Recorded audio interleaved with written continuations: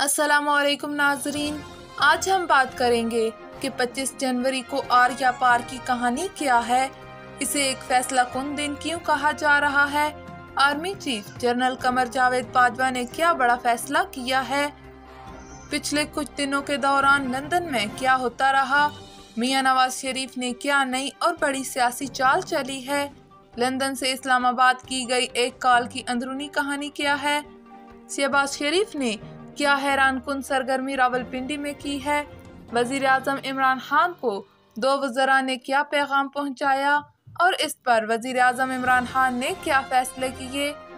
हम इन सब बातों के बारे में बात करेंगे, मगर सबसे पहले आप इस वीडियो को लाइक कर दें और जिन दोस्तों ने अब तक हमारे चैनल को सब्सक्राइब नहीं किया वो इसे सब्सक्राइब करके बेल आइकन को प्रेस कर दें ताकि हमारी आने वाली हर नई वीडियो आप तक पहुंच सके। तो वक्त को ज़ाया नहीं करते और वापस आते हैं अपने आज के इस मौजू की तरफ कि 25 जनवरी को आखिर क्या होने जा रहा है और ये आर या पार की कहानी क्या है। Army chief general Qamar Javed Bajwa ने क्या बड़ा फैसला किया है। इन सब बातों से पहले हम बात करते हैं एक खबर के बारे में जिसमें नए नुकात और इंकशाफात किए गए हैं और ये सब नुकात और इंकशाफात इससे पहले कभी भी सामने नहीं आए, मगर अब इन सब की आला सतह पर तस्दीक भी की जा रही है। ये सब कुछ इस्लामाबाद हाई कोर्ट में एक खास केस में 3 मौक़ों पर बहुत ही दिलचस्प सूरत हाल पैदा हुई और ये केस था जस्टिस साकब निसार की मुबैना ऑडियो की तहकीकात के बारे में एक मिशन कायम करने के मुतल्लक। Chief justice Islamabad high court justice Athar Minallah ने खुद इस केस की समाअत की। इस केस की समाअत के आगाज़ पर जस्टिस अतर मिनल्ला ने दरख्वास्त गुजार से ये इस्तफसार किया कि क्या आपको असल ऑडियो का इल्म है कि असल ऑडियो कहाँ पर मौजूद है। मरियम नवाज के वकील ने जवाब दिया कि उन्हें नहीं मालूम कि असल क्लिप कहाँ पर मौजूद है, हम सिर्फ ये दरख्वास्त कर रहे हैं कि इस इंक्वायरी के लिए एक कमीशन बनाया जाए। इस पर चीफ जस्टिस ने कहा कि वो ये तमाम मामलात मरियम नवाज की अपीलों के मुताल्लिक हैं, जबकि दरख्वास्त गुजार ने तो इसका मुतालबा ही नहीं किया। साकब निसार की इस ऑडियो की तहकीकात कराई जाए। इनका इशारा यह था कि अपीलें तो मरियम नवाज की हैं और ये मामला अभी तक ज़ेरे इल्तवा है। मामला मरियम नवाज और नवाज शरीफ के मुताल्लिक था और जिसके तहत उन्हें सज़ा दी गई, तो मरियम नवाज और मियां नवाज शरीफ इस मामले में फरीक ही नहीं बने। अदालत ने यह भी कहा कि अदालत जो भी ऑर्डर जारी करेगी इसके असरात ज़ेरे समाअत अपीलों पर भी जाएंगे। मरियम नवाज की एक और अपील अदालत में अभी तक ज़ेरे समाअत है, अदालती ऑर्डर का इस पर भी असर पड़ सकता है। इसके बाद चीफ जस्टिस ने एक सवाल किया कि इनका क्या कहना था कि हाई कोर्ट रिट पिटीशन में कोई ऐसा ऑर्डर जारी कर सकती है जिससे ज़ेरे समाअत अपीलों पर कोई असर पड़ेगा। इनका ये सवाल बड़ा ही मानी खेज था और उन्होंने ये भी कहा कि आपकी पिटीशन में इल्ज़ाम ये है कि इस अदालत के बेंचेस किसी के दबाव में बनाए गए और साकब निसार ने जिस तरह से ये माहौल बनाया कि राना शमीम ने पहले एक बयान हल्फी जमा कराया और इल्ज़ाम लगाया कि जस्टिस साकब निसार ने जस्टिस आमर फारूक पर कोई दबाव डाला और वो बयान हल्फी भी झूठा साबित हो गया क्योंकि जस्टिस आमर मरियम नवाज और नवाज शरीफ के फैसले करने वाले बेंचेस में शामिल ही नहीं थे। दूसरी जानब इस ऑडियो क्लिप के जरिए भी इस्लामाबाद हाई कोर्ट में असल में दबाव डालने की कोशिश की गई। ये तासुब बनाया गया कि इस अदालत पर कोई दबाव था।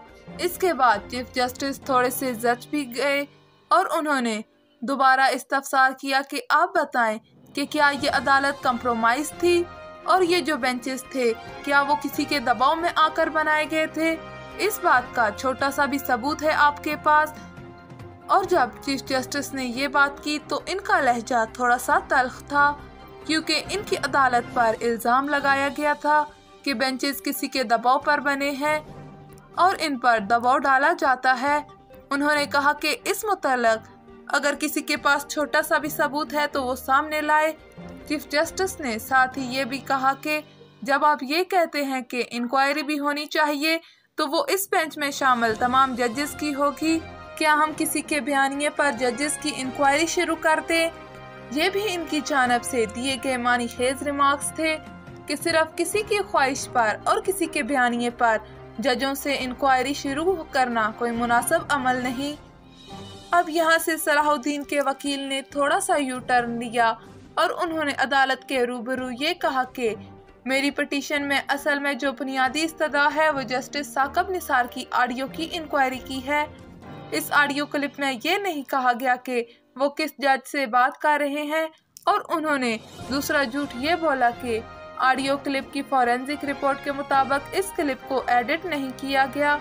اس حوالے سے فرانزک آڈٹ کرنے والی ٹیم پہلے ہی پیچھے ہٹ گئی تھی، اور اس کے بعد امریکہ سے جب آڈیو فرانزک کرایا گیا تو اس کمپنی نے اپنی رپورٹ میں صاف صاف یہ بتایا کہ یہ آڈیو جعلی ہے اور مختلف ٹکڑے جوڑ کر بنائی گئی ہے اور یہ مختلف جگہوں پر ریکارڈ ہوئی ہے۔ اس پوری صورتحال کے بعد چیف جسٹس نے یہ کہا کہ آپ نے یہ رپورٹ کہاں سے حاصل کی، جس پر وکیل نے کہا کہ انٹرنیٹ سے حاصل کی۔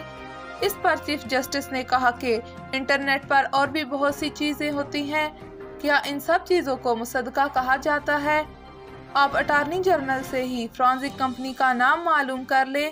پھر عدالت نے اٹارنی جنرل سے غیر مستند فرانزک ایجنسیوں کے نام پوچھے اور پٹیشنرز کو آڈیو کلپ فراہم کرنے کی ہدایت کرتے ہوئے یہ سماعت 28 جنوری تک ملتوی کر دی۔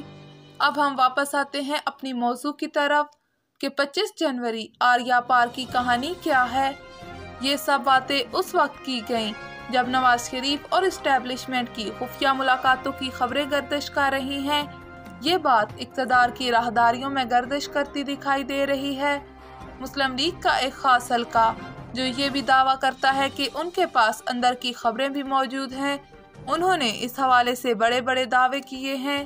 یہ دعوے ان تمام باتوں سے مختلف ہیں جن میں یہ کہا جا رہا تھا کہ نواز شریف کی اسٹیبلشمنٹ سے ڈیل 3 مرحلوں میں ہوگی۔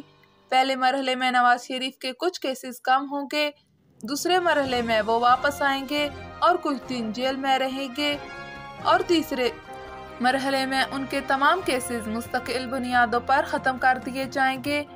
لیکن اب ایک نیا دعویٰ سامنے آیا ہے، اور یہ دعویٰ نواز شریف کی تاحیات نااہلی کے ختم ہونے کے متعلق ہے۔ احسن بون نواز شریف کی تاحیات نااہلی ختم کرنے کی درخواست سپریم کورٹ میں لے کر جا رہے ہیں۔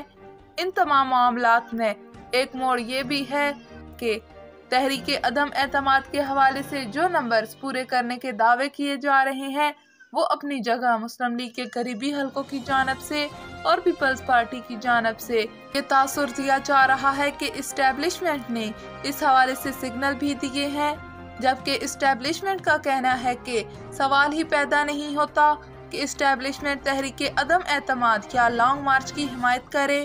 نہ تو فوج نے کسی کو فارمولہ دیا اور نہ ہی فوج کسی کے ساتھ ڈیل کر رہی ہے، اور یہ دعویٰ مکمل طور پر بے بنیاد ہے کہ اسٹیبلشمنٹ اور اپوزیشن کے درمیان کوئی -1 فارمولہ چل رہا ہے۔